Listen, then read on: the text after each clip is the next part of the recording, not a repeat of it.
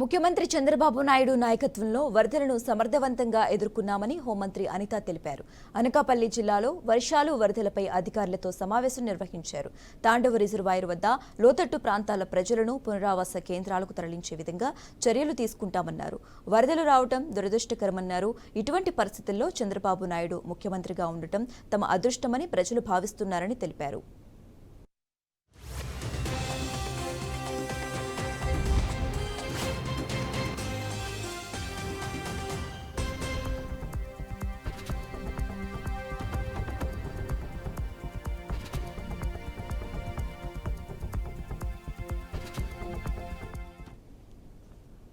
గుడివాడ అమర్నాథ్ వైజాగ్లో కూర్చుని ఖర్చులేని నాలికతో మాట్లాడటం కాదని ఎద్దేవా చేశారు. నోటికి వచ్చినట్లు మాట్లాడటం సిగ్గుచేటుగా అభివర్ణించారు.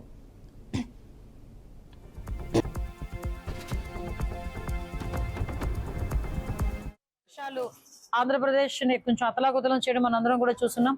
సుమారుగా విజయవాడలో వచ్చిన ఫ్లడ్ కి సుమారుగా విజయవాడ ప్రాంతం అంతా మునిగే పరిస్థితి.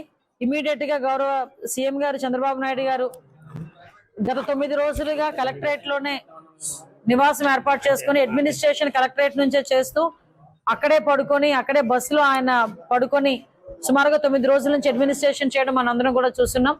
సుమారుగా ఈ 9 రోజుల కాలంలో ప్రతి ఒక్కరికి కూడా వరద బాధితులందరికీ కూడా అన్ని రకాలైన సహాయ సహకారాలు, భోజనము, టిఫిన్, వాటర్ బాటిల్స్, క్యాండిల్స్ సైతం ప్రతి ఒక్కటి అందజేయడమే కాకుండా ఇప్పుడు డ్రై రేషన్, డ్రై ఫుడ్ కూడా అందరికీ కూడా ఇంటింటికి తీసుకెళ్లి ఇచ్చే పరిస్థితి కూడా కనిపిస్తోంది. ఎక్కడ కూడా బుడమేరు దగ్గర నుంచి వచ్చిన బ్రీచ్ ని కూడా ఇబ్బంది లేకుండా చేయడానికి గౌరవ మంత్రి గారు నిమ్మల రామానాయుడు గారు గత 3 రోజుల నుంచి అక్కడే రాత్రింబగళ్ళు ఉండి ఆ బుడమేరుకున్న 3 బ్రీచ్లు కూడా క్లోజ్ చేయడం కూడా జరగడం ఇవన్నీ కూడా ప్రజలందరూ కూడా చూస్తున్నారు. దీని నేపథ్యంలోనే ఈ రోజు మనకి కాకినాడ కూడా ఏలేరు రిజర్వాయర్ కూడా పొంగి పొరలడం వల్ల కాకినాడకి కొంచెం ఇబ్బందికరమైన పరిస్థితి ఉందని అటు కాకినాడకి పవన్ కళ్యాణ్ గారు రావటం, అదేవిధంగా ఈ రోజు ఇక్కడ విశాఖపట్నం, అనకాపల్లి, ఏఎస్ఆర్ జిల్లా, అదేవిధంగా మన్యం జిల్లా ఇటువైపు ఏరియాలోని నిన్న ఒక 3 డేస్ నుంచి కంటిన్యూగా వర్షం పడటం వల్ల ఇక్కడ రిజర్వాయర్లు కూడా పొంగిపోలటం మనం అందరం కూడా చూస్తున్నాం. దీని నేపథ్యంలో నిన్ననే గౌరవ చంద్రబాబు నాయుడు గారు ఇమీడియట్ గా